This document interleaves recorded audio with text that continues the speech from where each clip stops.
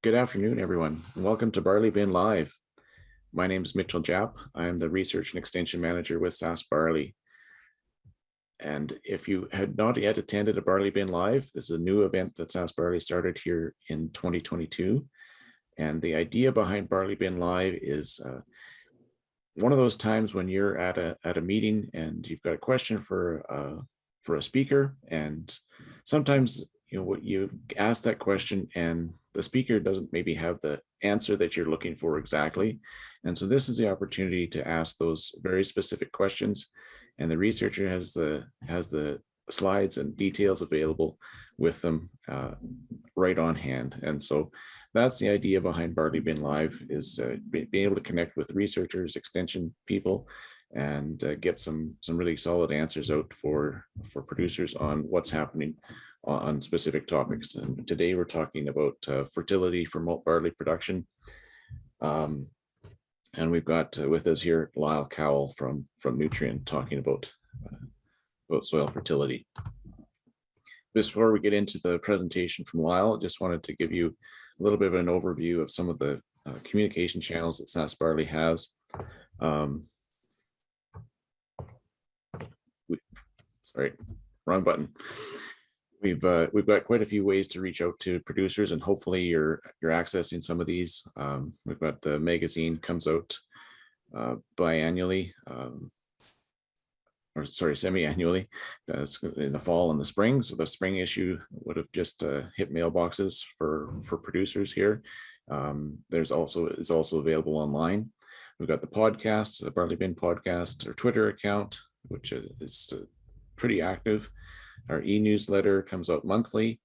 YouTube channel where this event today will be eventually reside, and special events like Malt Academy, BarleyBin Live, and of course our website. So we have the sasbarley.com website, which is the main SAS Barley website, and we also have the barleybin.ca, which is our extension arms, where you'll find access to all of these different communication channels. Because we're here talking about soil fertility, I wanted to put a plug in for a project that we're just getting rolling here. We saw an opportunity in 2022 because of the really high and variable residual nitrate levels to get a better understanding of what's happening on farmers' fields. Lyle's going to be talking about what we know here today, and we're hoping that maybe we can learn a little bit more about the impact of particularly the high residual nitrate levels on malt barley production. So we're looking to connect with producers who are growing barley this year. So if you're interested in all, we can get you the more details. Reach out to me. Phone number's there, 535-4536, or email mjap@sasbarley.com.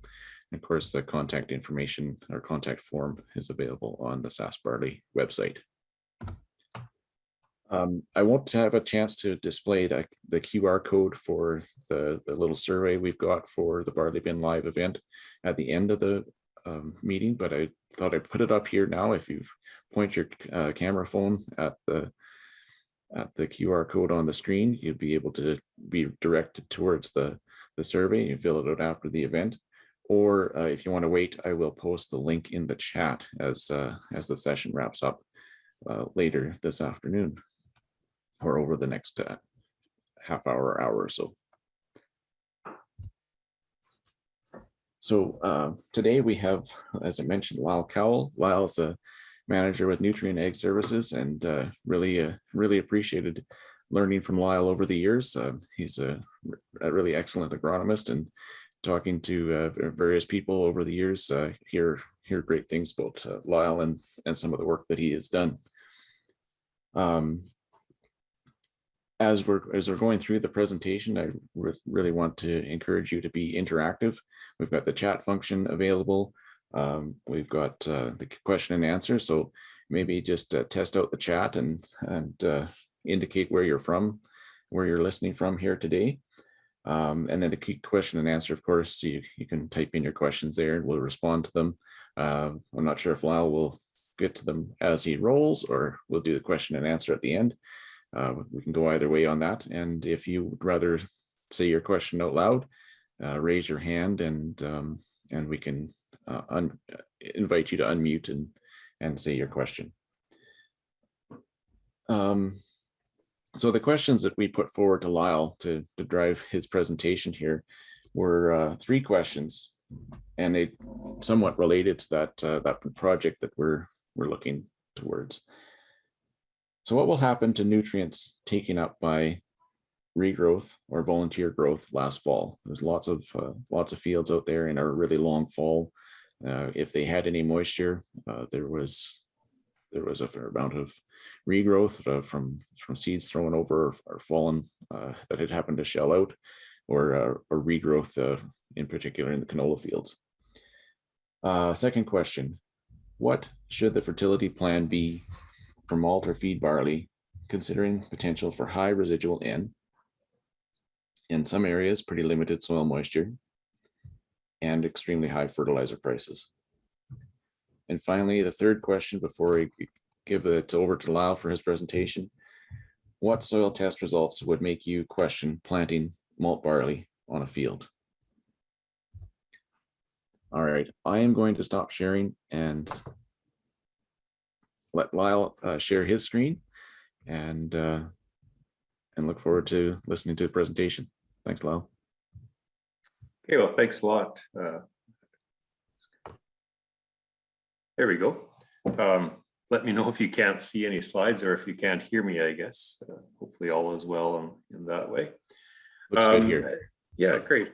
Okay, and thanks again for having me today. I appreciate these sort of events. It's always great to connect to other people, other agronomists, and certainly farmers out in the field. And I'm going to do my best to answer those questions. Sometimes I'll go off on a bit of a tangent, I know, but do my best to at least address some of those questions. And again, if I don't answer some of the questions, or there might be others, I'm always open to trying to answer any question that you might have. I wanted to start off today with a little bit of new data, and this relates to a new project. It's really an ongoing project to measure nutrient removal by crops across Western Canada. This work is being led by Fran Wally and Rich Farrell, and John Hurd and myself are, I guess, we're giving a helping hand in collecting the samples from across Western Canada. This relates to some lack of confidence that we have had in what are the actual nutrient removal rates for crops in Western Canada. A lot of the tables that you might reference and a lot of the numbers that we think are right are really not based on, sometimes not on Canadian data, and sometimes largely based on plot data. And there's always a risk with that they can be either completely inaccurate if they're not from crops or cropping conditions of Western Canada. And also when you look at nutrient removal numbers from sometimes excessively fertilized plots, we might be left with the impression that crops remove more than we think. So what this plot, or what this little project is about, with myself and John and a number of other agronomists across Western Canada, we collected grain samples from farm fields. From the 2020 crop, we collected about 1,200 samples. Last fall, because of the drought, we didn't want to have the numbers too exposed to all drought conditions. So we only collected about 200 or 250 samples last year. And going into next year, hoping that we will have an excellent crop across Western Canada, we'll probably collect in the range of about 1,200 to 1,500 samples again. So in the end, we'll have what we think will be quite a strong database to understand nutrient removal. So right now we have the numbers from 2020, and these include crops of each species, but include there was 102 barley samples, 144 hard red spring wheat samples, and 204 canola samples. So the numbers that I'm going to show you are based on that number of grain samples. So first of all, these graphs aren't always easy to follow, but these are what's called a box and whiskers diagram. And let's take, well, we're talking about barley, and let's just look at that number. So this is nitrogen removal by grain. This isn't total uptake of nutrients. This is removal by the grain. There is a side project to this study to also better understand total uptake by crops, but the larger numbers that we'll collect it, and the numbers that I'm showing are removal by grain, not total uptake. So for example, this is nitrogen removal, pounds of N per bushel.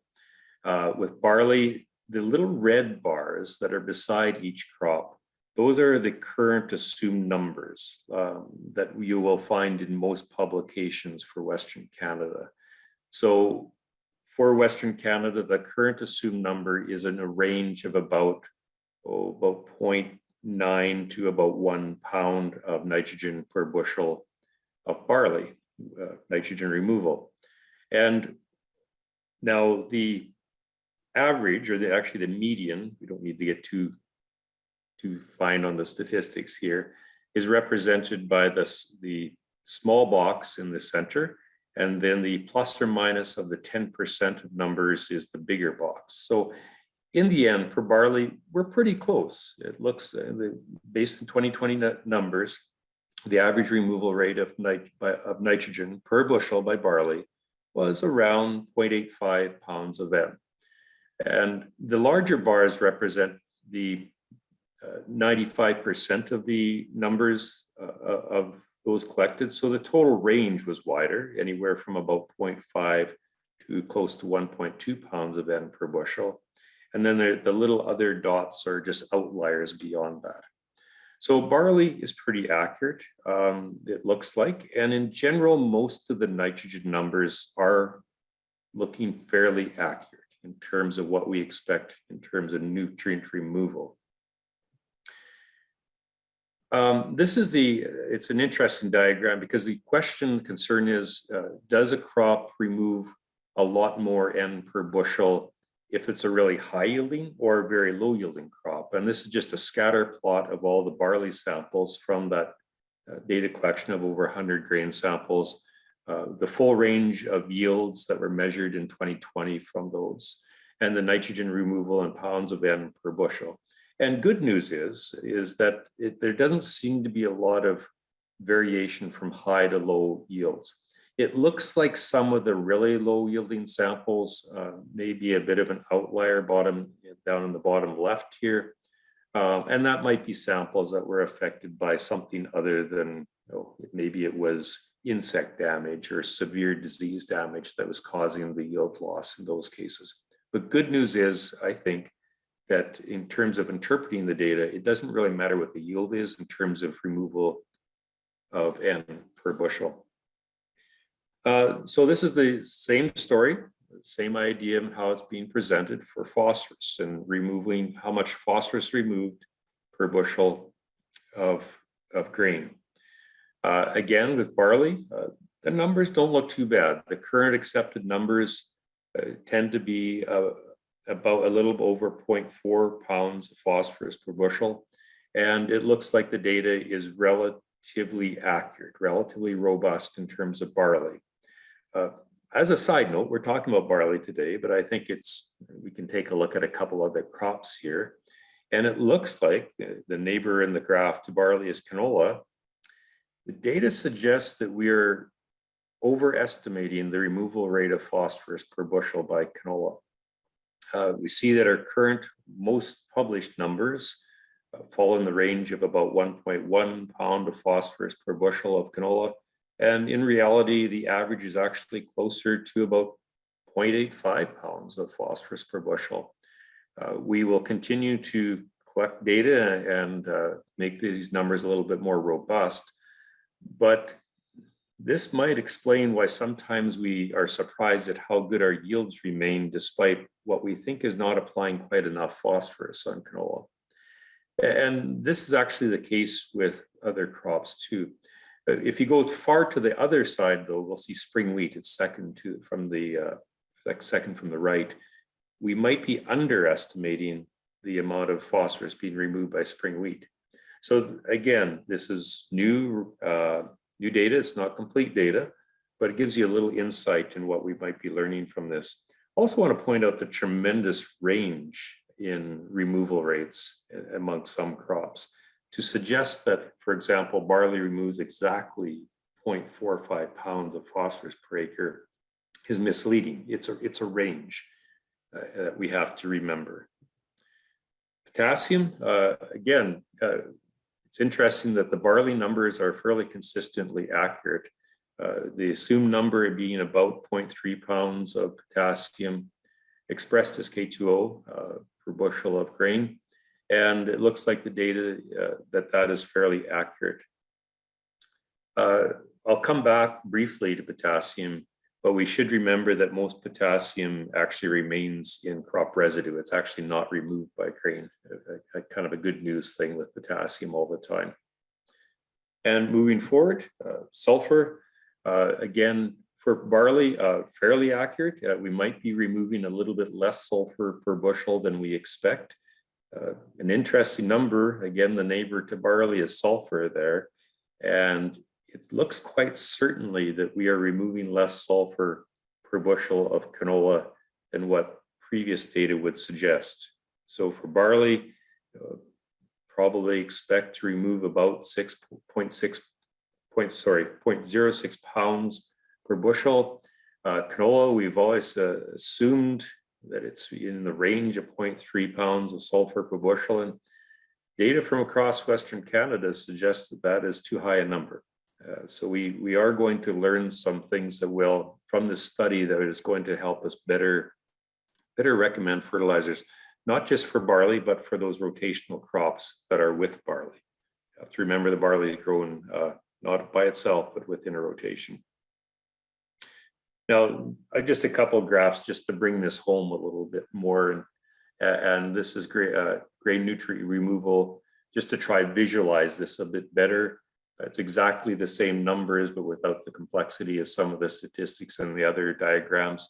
And just to show the relative rate of removal of per 10 bushels in this case for NPK and S for barley, wheat, and canola. And if we then take this to what we might consider average yields, in the study, the average yield of barley that was represented in that data was 91 bushels per acre. The average yield of wheat was 58, and the average yield of canola was 45 bushels per acre. And then we see transcribing the removal per bushel to the actual yields that were suggested by the farmers in the grain samples that were collected. We have the total removal rate of pounds per acre per NPK and S. So 90 bushel crop of barley is going to remove about 75 to 78 pounds of N with the grain. It's going to remove close to 40 pounds of phosphorus, expressed as P2O5. It's going to remove close to 30 pounds of potassium, expressed as P2O5. It's demonstrating that barley does have a relatively high demand for potassium. And then a little bit of sulfur. It's going to remove 4 or 5 pounds of sulfur. So it gives a bit of a background to more realistically what our removal rates are for these crops, for barley and for some of the rotational crops that are going to be grown in the same field as barley.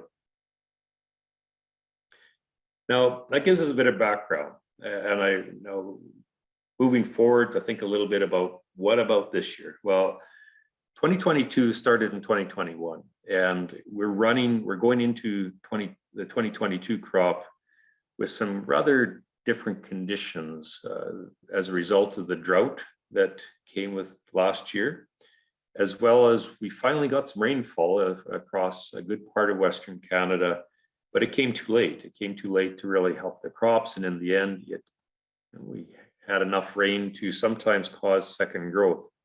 Common question last fall, should I or should not desiccate? These are just pictures of fields where canola was or was not pre-harvest sprayed.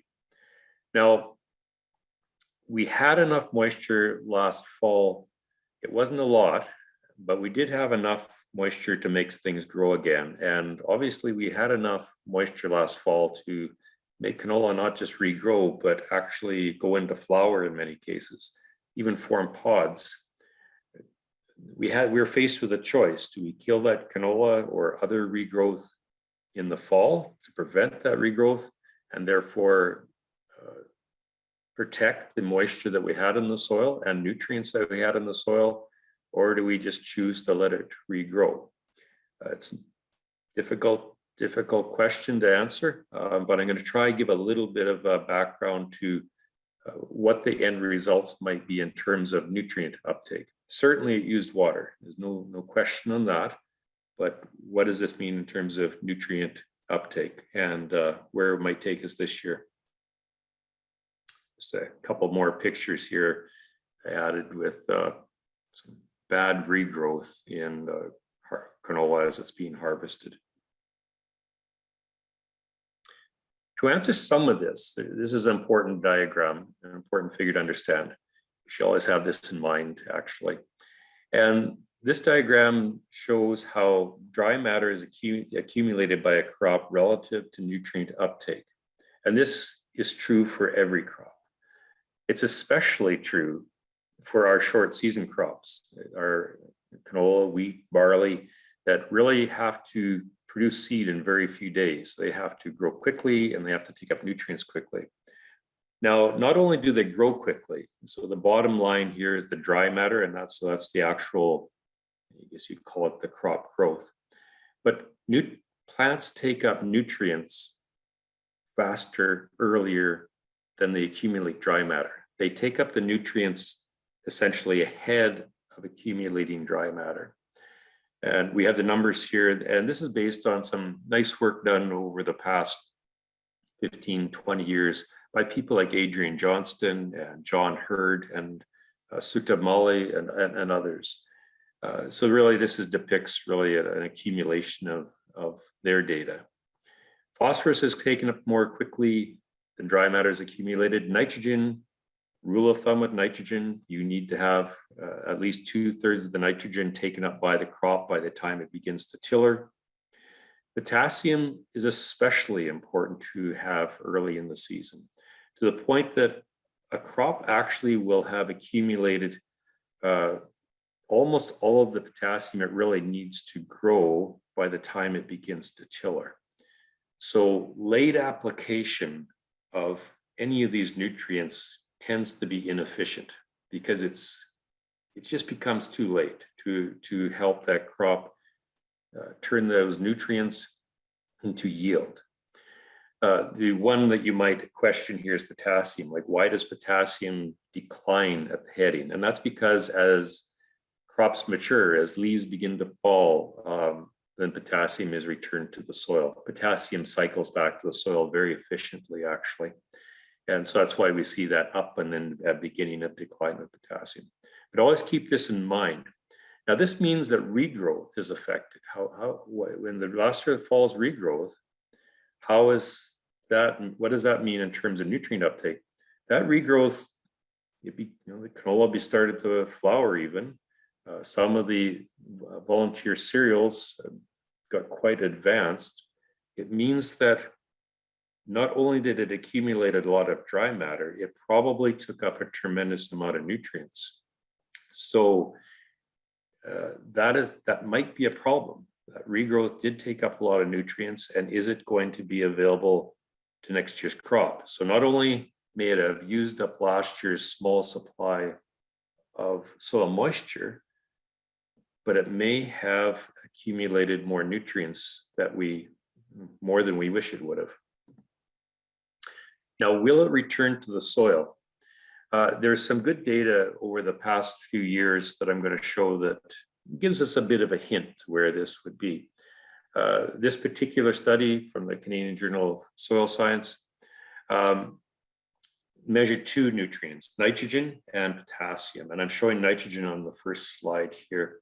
It was a project done in Alberta and with and without tillage. The end result through all these graphs, it suggests that in fact, nitrogen is not returned very readily to the next year's crop from last year's residue. the nitrogen released from residue with wheat straw, for example, was essentially zero. And in fact, arguably was a net negative, because as that straw decays, or as the residue from a plant decays, it may actually immobilize. It may use soil nitrogen even through the decay process. This is for mature crops. People will ask, the regrowth was not a mature crop, and what I'm showing here is for a mature crop. So it may not be quite the case. But nevertheless, this does tell us that there's some risk that nutrients that were taken up by regrowth last fall, the nitrogen might be very slow to become available to this year's 2022 crop. Now, that was for nitrogen. What about potassium? They published the potassium numbers in a different paper. But the good news with potassium, as noted, about 80 to 95% of the potassium was actually quickly returned to the soil. Potassium remains quite soluble and is easily removed from residue and becomes available to next year's crop. So nitrogen from this data suggests that it might be very slow to become available to next year's crop. Potassium, it will become very quickly available to next year's crop.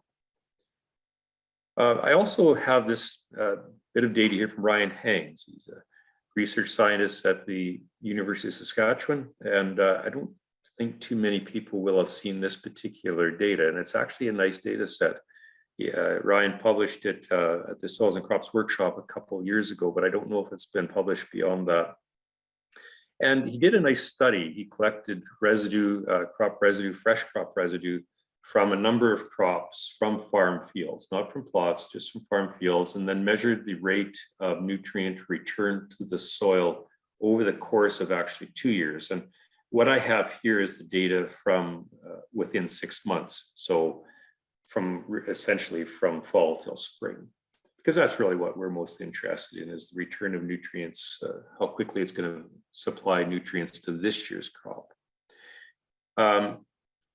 Consistently, nitrogen does not cycle back to next year's crop from crop residue very readily. It's not lost. This nitrogen isn't necessarily lost. It's just that it's not being available early enough to next year's crop. It might be cycled back into the organic matter and eventually become available, but we shouldn't expect nitrogen to quickly cycle back to supply nitrogen to next year's crop. Phosphorus, potassium, sulfur, they actually cycle back fairly readily. Potassium by far the most efficient in terms of returning potassium back to being available to the next crop. Phosphorus and sulfur also being fairly readily cycled back to next year's crop. But I tend to find that farmers right now have been mostly thinking about, will the residue from last year's regrowth, will the nitrogen return and be available? And the two studies suggest that that is not going to happen. Just want to talk a little bit about salinity. And this wasn't part of the questions, I guess, that I was asked, but I just wanted to make a quick note on salinity. I'll move forward from this slide, actually. I don't think that there's maybe, now that I look at it, maybe a little bit more than we need to look at the moment. And just go to this particular slide, because this is important. It's important because a lot of barley is grown for the goal of forming malt barley. And a lot of barley is also grown on land that has a bit of salinity, because we do know that barley has relatively good tolerance to salinity relative to most other annual crops. But don't think it's immune to salinity. And in fact, you can lose significant yield fairly quickly. And this is just a relative comparison of estimate of yield loss of barley, canola, and wheatgrass, not wheatgrass, in increasing levels of salinity.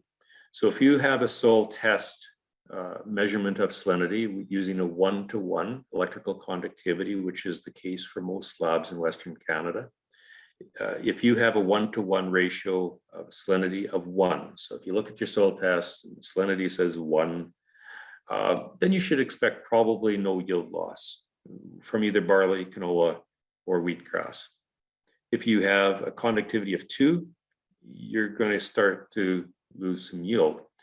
Canola will be first affected. You'll start to see some significant losses of yield, even with a relatively low conductivity, like conductivity of 2. Barley, the yield loss will be less. And as you increase salinity to an EC of 6, you're going to have essentially the canola is probably not expected to yield anything. Barley will have a very significant yield loss. Now, the thing is here, though, that when it comes to growing beer, making malt barley, if you have any level of salinity over 1, then it's going to affect the barley, not just the yield, but the seed quality. You're going to start to have thinner kernels. You're going to start to have high protein kernels. And I wanted to make this note because I think a lot of barley samples for malt are ruined because when you harvest, you include those little bits and pieces of barley being grown on very saline soils, and not just saline soils, but any marginal soils. And so I just have a note here, and I think it might help people in increasing their malt acceptance is think about that when you're harvesting. If you have salinity in a field of any level, don't include the barley from those areas with the rest of your sample, because it's probably, you might ruin your entire sample by including those 4 or 5 acres of barley production that are actually quite affected by salinity. Like I said, maybe not just salinity, but any other marginal areas within the field. I want to make that note about salinity, and you will discover that through soil testing. And it kind of brings us then to the topic of soil testing. We did a lot of soil testing last year because everybody wanted to know how much residual nutrients there was after last year's very poor crops. A lot of farmers, I mean, probably some of them that might be listening to this webinar, may not do sampling very often. A lot of people sampled fields last year and had not sampled anything on their farm for a number of years, or not many fields for a number of years. And when you ask an agronomist to sample a field and provide an interpretation of a soil test, and you have no background knowledge of the nutrient levels in the field, it becomes very difficult. So first of all, I think going into the future, we're probably, I can't look into the future, but I'm going to guess that we're probably going to be paying a lot for fertilizer, not just this year, but well into the future. And we need to start doing a better job of soil testing. We need to do soil testing. We need to do it every year, and we need to do a good job of it. When you take a soil sample, send it to a lab that is familiar with Western Canada. We need to do a good job of sampling. We need to send it to a lab who does a good job of analysis and can provide a recommendation that is meaningful to Western Canada. And you need to understand how to interpret a soil test to make the best use of it. Use them as a guide. They're not an absolute. They are a guide to current and future fertilizer management. And they need to be a guide using, and I will emphasize this, especially to some of the farmers might listen to, realistic goals. If you think a field can yield 100 bushels of barley every year consistently, that's fine, then fertilize for that. But if you think that field can only has a potential for 60 bushels of barley most years, then don't try to produce 100. We need to be a little bit more realistic in setting our yield goals in the field. And do soil testing part of long-term planning, not just a shot in the dark sampling once every time that there's a drought. The bottom 2 points are important too. You can do a good job of sampling. You can have an excellent lab from Western Canada do the analysis, but you need to trust someone. Find someone that you can trust to review the sample and understand not just the field goals, but your goals on the farm. And use these samples to learn, not just for this year's crop, but for future crops. Now, looking at last year's samples, there was a lot of residual N in soil tests. I think a lot of the residual N may have not just been from last year, but I think in some farms, some fields, some samples, the residual N has been building for more than 1 year. In a lot of cases, I have no idea because it's the first time that field's been sampled. But let's look at this and just take a step back and just do some arithmetic. So you have a lot of residual N. Is it possible? You've got a soil test that says that there's 100 pounds of available N in that soil test. Well, you can step back and just start to do some simple arithmetic. So for example, okay, let's even go back a couple years. In 2020, you had a wheat crop on that field. I put 110 pounds of N on there. I produced 44 bushels per acre. That 44 bushel crop of wheat would have used about 68 pounds of N. So you over fertilized by about 40 pounds of N. In 2021, I grew a canola crop. I put 120 pounds of N. I didn't soil test, just put 120 pounds of N on. Drought came, yielded 25 bushels an acre. I only used 48 pounds of N, 73 pounds of excessive N. You do a soil test and there's 100 or 110 pounds of N in that soil. Well, that's believable. The arithmetic tells you that this makes sense. It's not always this simple, I know, but this is a first step in trying to bring some reality to if soil tests make sense. And don't just look at 1 year, look at a couple of years. Again, a soil test is a tool. It's not an absolute number. And you need to think about the field history. You need to think about the field goals, your goals, and what is a reasonable yield for that particular field. So then the next question everybody has is, okay, I've got 100 pounds of N on my soil test.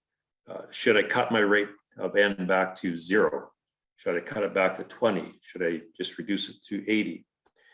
So I want you to think about a few things before you jump ahead and say, I've got 100 pounds of N, I'm going to drop my N rate back to almost nothing. We have to think a little bit about what a soil test is, what a number is from a soil test. And first of all, a soil test is an average number. It is not an absolute number. So there are going to be some areas of the field that has more residual N and some will have less residual N. If you sample in a field and you have about 15 samples collected together and put into a sample to send to a lab. So if you've taken 15 good cores and put them into a pail and mixed them together and sent them to a lab, the soil test will be about plus or minus 30% of the average number that you receive. There is variance around the average, and that variance will probably be, as a rule of thumb, about plus or minus 30%. Another point that I want you to remember is that there is risk to under-fertilizing your best land. So always keep that in mind. We still need to produce our best crop on our best land to make our best money. Now, I don't want to turn this too much into a statistics discussion, but I did want to, this is important to understanding soil tests, in particular for nitrogen levels in soil tests. Again, when we get a soil test back, we know that the average N level might be 100 pounds of N. But soil tests, soil levels in soil, N levels in soil, I'm sorry, tend to be not form a nice bell shape of numbers to form an average. And the statistical term is that they tend to be skewed to the right. So there might be areas in the field that have extremely high levels of N, whereas most of the field might have just moderate levels of N. And because of that, your soil test average is actually probably depicting a number that is a little higher than you would like to use in developing a recommendation of nitrogen for fertilization. Your mean, which is the average, is we can see it on the slope here, would be over here, and probably we should be fertilizing for a soil test level that we would think would be a little bit lower than that, what would be called the median. So that tells us right off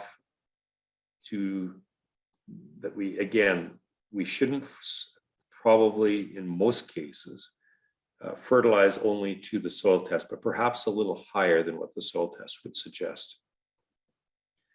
To bring this together a little bit more, for example, you get a soil test some years that says that there's 10 pounds of N in your soil test.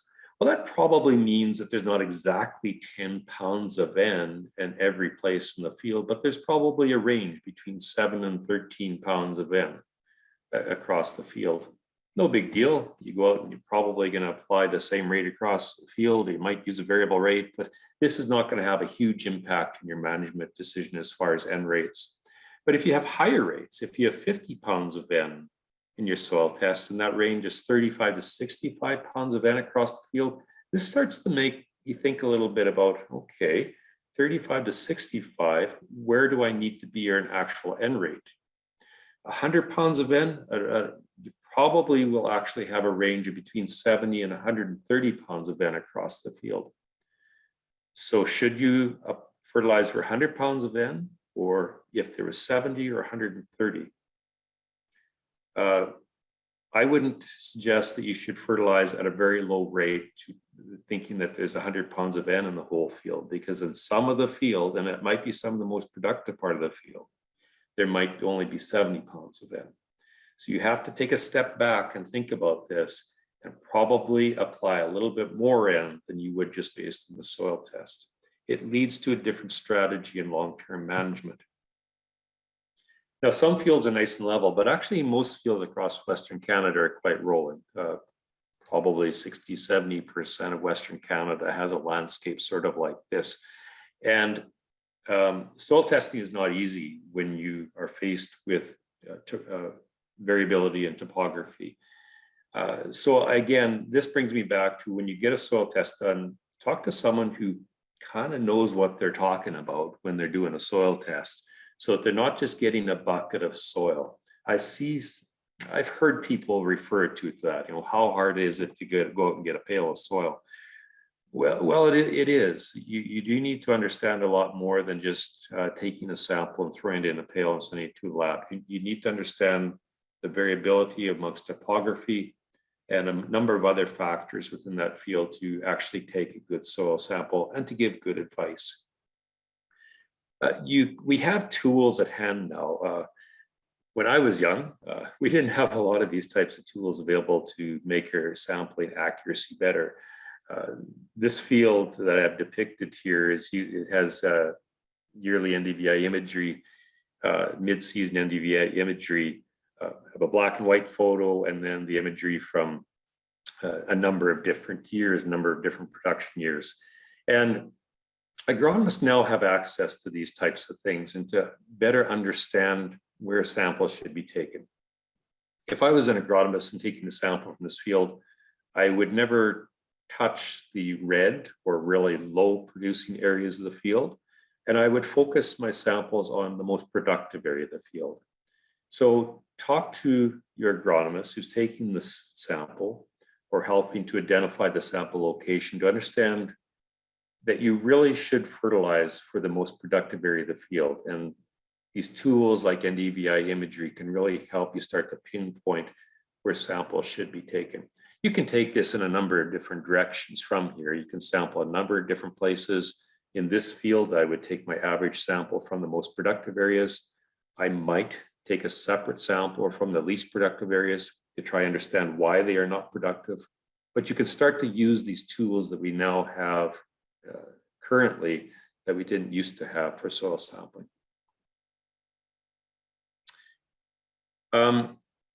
Now, one concern that we would have with barley is high protein, especially for the malt industry.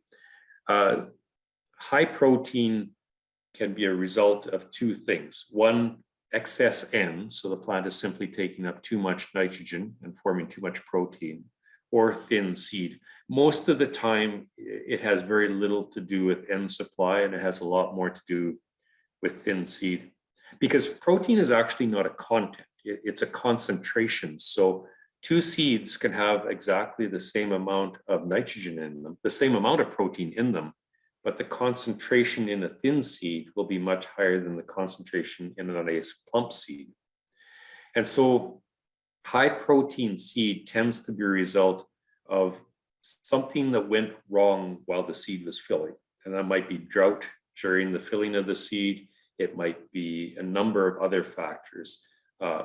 Salinity, manure application, forage breaking might contribute to excess N, but drought during filling, actually salinity in the field will cause thinness of the seeds, severe disease, any factor that might cause a thin seed will cause higher protein concentration in the seed. One small tip, and there's not many things that we can do because really a lot of the protein concentration is really driven by conditions during seed fill, but you can improve the conditions during seed fill by simple things like seeding early. This is some nice work from North Dakota State, where in the same field, same conditions really, but just seeded early versus late, the protein concentration was very substantially different. Seeded on much better conditions, lower protein when it was seeded before May 15th or later. And again, this is entirely reflects not soil nutrient levels or anything else other than just environmental conditions during seed fill. Now, a common question, I was actually asked this question this week, is how much should I cut my N rate back if I'm trying to target molt?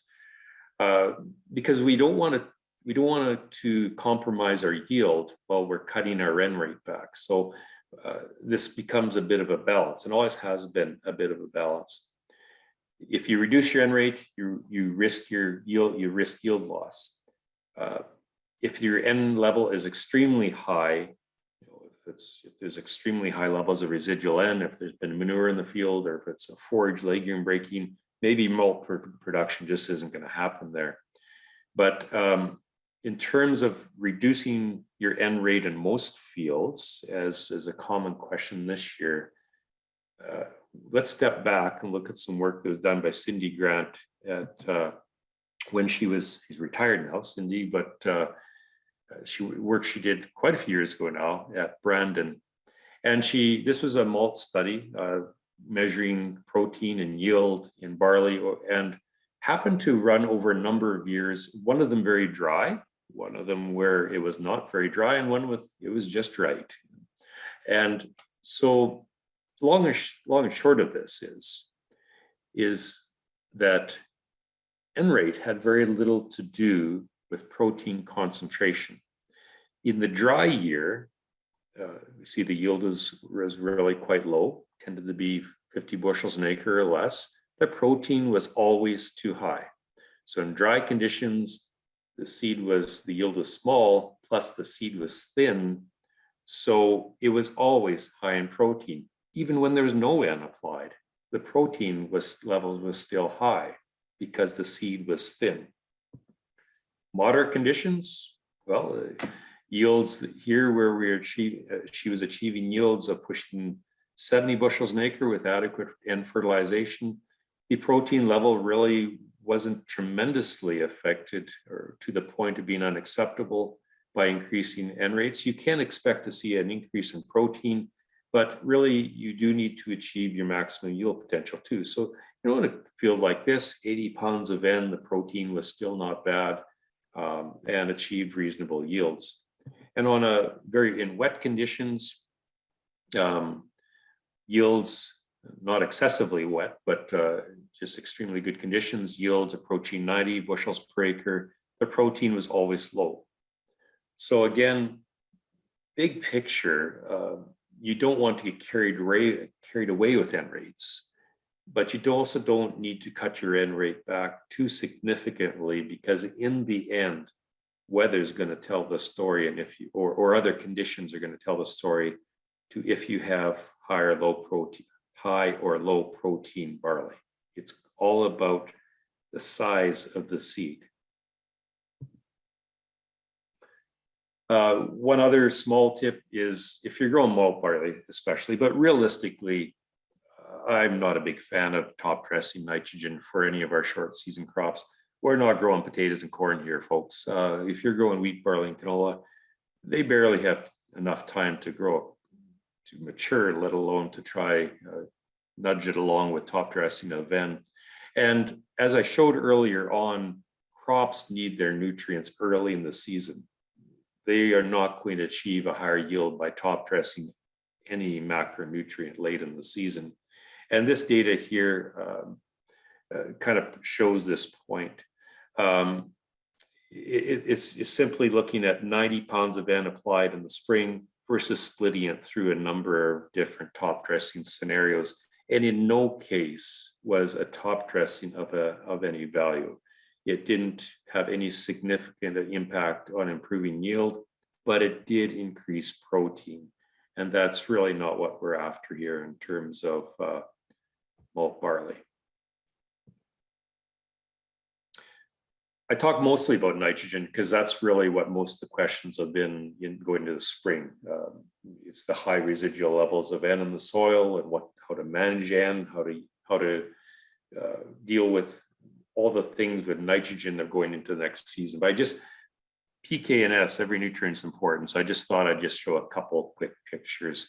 Don't underestimate the value of phosphorus in our soils. Our prairie soils were phosphorus deficient the day that they were broken by your grandparents. And we cannot back off on supplying enough phosphorus to our annual crops. When we harvest crops, as I talked about earlier in the slides, we remove phosphorus. Our soils are naturally phosphorus deficient. Can't get around that. So just keep your eye on good phosphorus nutrition of your soils. Our cold soils in the spring, phosphorus does not move very rapidly, readily, or efficiently to the crop roots. So we do need to focus on good phosphorus nutrition early in the season. Potassium, apply potassium according to soil tests. I have a lot of confidence in conventional soil tests and their accuracy for recommending potassium. Don't hear the story too much, but probably 15, 20 years ago, whereas there was often a suggestion that we could get significant potassium responses, even when soil tests suggest that there's a lot of potassium in the soil. There's some nice work that was done by Wesco Fertilizers at the time that essentially showed that this was untrue. This has been published, I believe, in the Canadian Journal of Plant Science. Like Breeze Care Mount has published it in the end. But the point made and that was learned in these studies was that only really terrible varieties like Harrington actually consistently responded to potassium, even in high soil testing soils. For good varieties, and realistically, I think all of our varieties now are pretty darn good. Just simply for potassium, follow a soil test recommendation. And then you won't have barley that looks like this, dried out looking barley like on the left relative to barley that's had a adequate potassium applied on the right.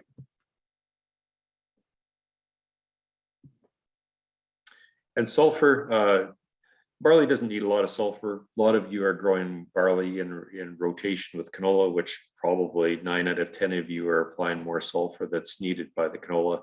By and large, we can usually rely on residual sulfur from other crops, especially when we apply sulfur to canola.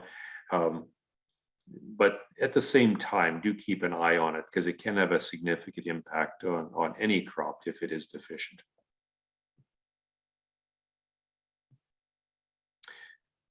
Mitch, that's really the end of my slides that I had to present today. Hope I answered some of the questions, at least partially. I didn't know if you might have some questions though. Well, I thought of a couple of follow-up questions, so maybe give folks a few minutes if they want to raise their hand or use the Q&A and type their question in. But while we're waiting for that, I was going to ask you, Lyle, more questions from the start of your presentation. And maybe just an observation to start with, that scatter plot that you showed, showing the spread of nitrogen removal. It seemed to me like as you got to the higher yield ranges, your range of nitrogen removal narrowed. Let's just go back up to that one, and I think I know which one you mean. It's 4 there, I right think. there. That one right there. Yeah. It might. I don't want to read too much into these numbers just yet at this point. Fair enough. But this represents in this graph about 100 samples. I hope we'll have by the end of the 22 crop year, we'll have a better data set. With barley, we should have 250 to 300 samples. So I guess in the end, I don't want to read too much into it at this point. There might be a narrowing towards the top end of yields, and that might be because things start to fall apart at lower yields. Maybe there's some other factor affecting yields. Maybe once you get down under 60, 70 bushels an acre, maybe there's some dry conditions, maybe there was some lodging, maybe there was the 101 things that can go wrong with the crop in Western Canada happening. And maybe the data set might be a little bit more robust at the higher yield if we're actually trying to sort out the removal numbers. So you take the mid-range, it might be crops that took up a lot of N, but then maybe a giant wind came along and knocked it over and lodged, and they didn't yield quite as much as it could have been. So who knows? Yeah. We'll get there. We'll more numbers will make it more accurate. One thing this does tell us is that we shouldn't assume that there's an exact number. There's no exact number that tells us N removal rates, but at least we can bring it into a little bit more accuracy than what we've had in the past. Yeah, I know. I was just revisiting some of the research that Amy Mongan and Don Flayton had done a few years back on wheat, and they were looking at nutrient removal and uptake, and I think they had a range depending on the soil from 1.5 to 3 pounds per bushel. It's quite a range. It is a big range. Something that we might, and so all of these samples that we've collected and will collect, we also know the legal land location for each of these samples. So one of the goals is to see if there's any geographical differences, in particular soil zones. So is there a difference, or is there any obvious difference between grain harvested in the brown soil zone versus the black? And we will be able to pull that together with time. Yeah.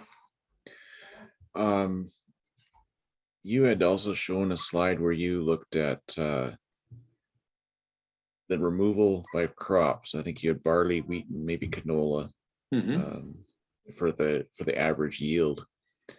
And I was looking at it, and it looks like when you look at it that barley's maybe a little bit more nitrogen efficient. But I got wondering how much of that is a difference in nitrogen. So you get barley that's yielding about 1/3 higher. So I guess it's half, 150% of what the wheat yield was. It was at 60 bushels, barley's at 90, but your wheat's probably running 14% protein. Maybe your barley is 11, 12. Yeah, very likely. So we might have some genetic differences here. I mean, we've been breeding wheat to have I think breeders have had a goal to have high protein wheat, and breeders have had a goal to have low protein barley in general. So, and in the end, there's probably just some species genetic differences between the protein concentration between grains that leads to this. So in the end, you can say essentially it means that in terms of yield, barley is a little bit more inefficient. Yeah. And I should emphasize too that these yields are reflective of the yields that were reported by the farmers in the samples that were sent in. Excellent. Now, I've only got one more question, so if we don't get any from our online audience, we'll let you go after this, Lau. Sure. Um, in one of the studies that you talked about for the amount of nitrogen and potassium released over time from the fall regrowth and volunteers that we had last fall, Yeah. the release over 10 weeks, particularly potassium, showed a pretty high proportion of release. Are we looking at this one, or I think the one before that, maybe. that one there? Yeah. Yeah. So this is a nice data set. Do you know what temperature that they had these at? So like, we've gone through winter, soils are still pretty cold. Yeah. The green manure, that's going to be a really quick turnaround, but at 10 weeks to get your maximum value out for your peas, canolas, or wheat. Yeah. Are we going to see that in time for this year's crop growth? For potassium, yes. So essentially, potassium never really becomes part of organic matter, even in a plant. It just remains as the cation potassium, even in plant fluids. So when the plant dies, and it takes very little for that potassium to essentially leach out and come back into the soil. So potassium, I would have very high confidence that will be even last fall was probably already largely to the soil. The other nutrients, phosphorus and sulfur, we can probably count on a significant portion of those returning to the soil. But I just, from the data that I can find from the two studies, they suggest that we shouldn't count on a lot of nitrogen returning to the soil, which is, it might be an unfortunate problem for fields that had a lot of regrowth on them. Yeah. You mentioned the nitrate study. You'll have to tell me about again later, but that we can learn, and we should. We studies like that you've initiated is interesting and valuable, because when we have a situation like this, we should learn, because this is Western Canada. We're going to have a drought somewhere in Western Canada every year. So we should take these opportunities to learn something from them. Yeah, absolutely. We definitely saw that as an opportunity. Absolutely. It's relatively unique. We haven't had conditions like this for almost 20 years. Yeah, absolutely. Yeah. And I honestly feel, and the high price of fertilizer, high price of nitrogen fertilizer might fix the whole thing. But I think that a lot of cases, the high level of nitrate in a lot of soil samples I'm seeing, I don't think it's the result of 1 year. I think it's the result of possibly overshooting our nitrogen rates for more than 1 year. We've had some fantastic years. We get pretty confident in yield potential, and sometimes it just doesn't work out. And so we have to keep in mind that it might not just reflect 1 year of crop management. I know, even going back to 2013, that we had that first really, from a provincial perspective, really exceptionally high yield. I think we were 38 million tons or something for the province. Yeah. And looking back to research and relating yield to protein, you look at the protein levels that came through the grain samples the Canadian Grain Commission had. There was yield left on the table in 2013. But we ran a few more wet years after that, up to about 2016, and we've started trending towards drier and drier ever since. And so I think your hypothesis that this is an issue of more than 1 year, there's a lot of reason to think that that's on the right track. Yeah, and any farmers that listen to this, we need to set realistic yield goals. Fertilizer is expensive. Excess fertilizer hurts the farmer. It hurts the environment. I mean, and maybe we just need to think about shifting in some cases, we just need to shift our N rates. In a lot of cases, we really do need to think about putting more N on the most productive land and putting less N on the less productive land. Yeah. Variable rate fertilization is not difficult anymore, and there's lots of good platforms that can help a farmer do this. And with the price of and cost of fertilizer, let's at least start by using what we buy better. That's most farms produce most of their barley on probably the best 25% of their land, and that's where we need to focus our best fertilizer management and best production. So we can start off by simply using what we are doing better, and then with time trying to get our rates even better. Maybe we need to shift some investment in nitrogen fertilizer to phosphorus or potassium. It just depends on the farmer, the field, and the past management, but we do need to do this better than we have. Yeah, good comments. We do have a question in the chat now, Lyle. It's from Lindsay. If we have a wet spring, how would you expect that to affect residual N levels? And I know in some areas they're still pretty covered with snow, so that suggests a pretty wet spring. It does, yeah. Well, I went for a walk last night, and where I live, you still can't see the soil for the snowbanks. So it's at least the risk of too early seeding isn't going to be a problem. But a wet spring, and so usually a wet spring doesn't have a huge impact. Now, there's a number of factors here. So if you have a wet spring, will you have significant leaching is probably what we're worried about here, or gaseous losses by nitrous oxides. And for starters, and I'm in Saskatoon today, I drove into Saskatoon.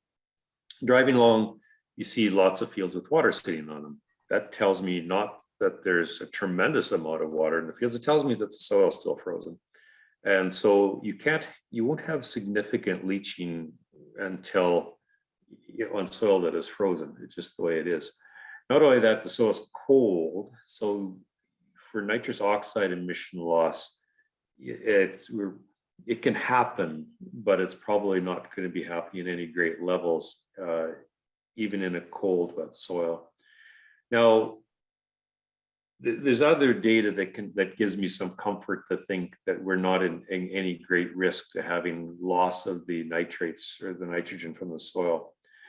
We've had years, well, a number of years, not too long ago, we had lots of ammonia, for example, applied in the fall, and then extremely wet conditions the next summer, to the point that we could not seed. And there was a lot of concern that nitrogen's all lost. And soil sampling that fall, even after having a very wet summer, indicated that most of the nitrogen remained in the rooting zone of next year's crop. So I don't think that we will have a significant loss of the residual nitrates, even if we do have a bit of a wet spring. Keeping in mind, it might move down an inch or two. 0 to 6 inch sample isn't going to be deep enough. Take a deep enough sample at a 0 to 12 or whatever, and it capture that root zone. And I really doubt that nitrogen is going to be significantly different than last fall. Hope that helps.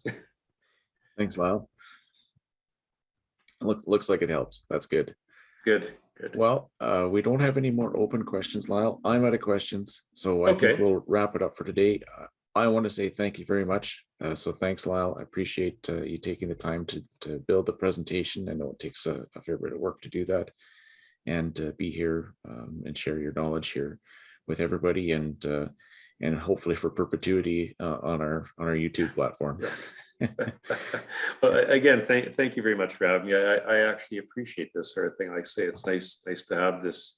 It makes me think a little bit harder to present on a topic, and I learned something. I always have to thank the people that have done the real research that I've referenced today, and thanks to yourself for inviting me. So Thanks very Good much, luck to Lyle. everybody. Hope we have a fantastic spring and big yields.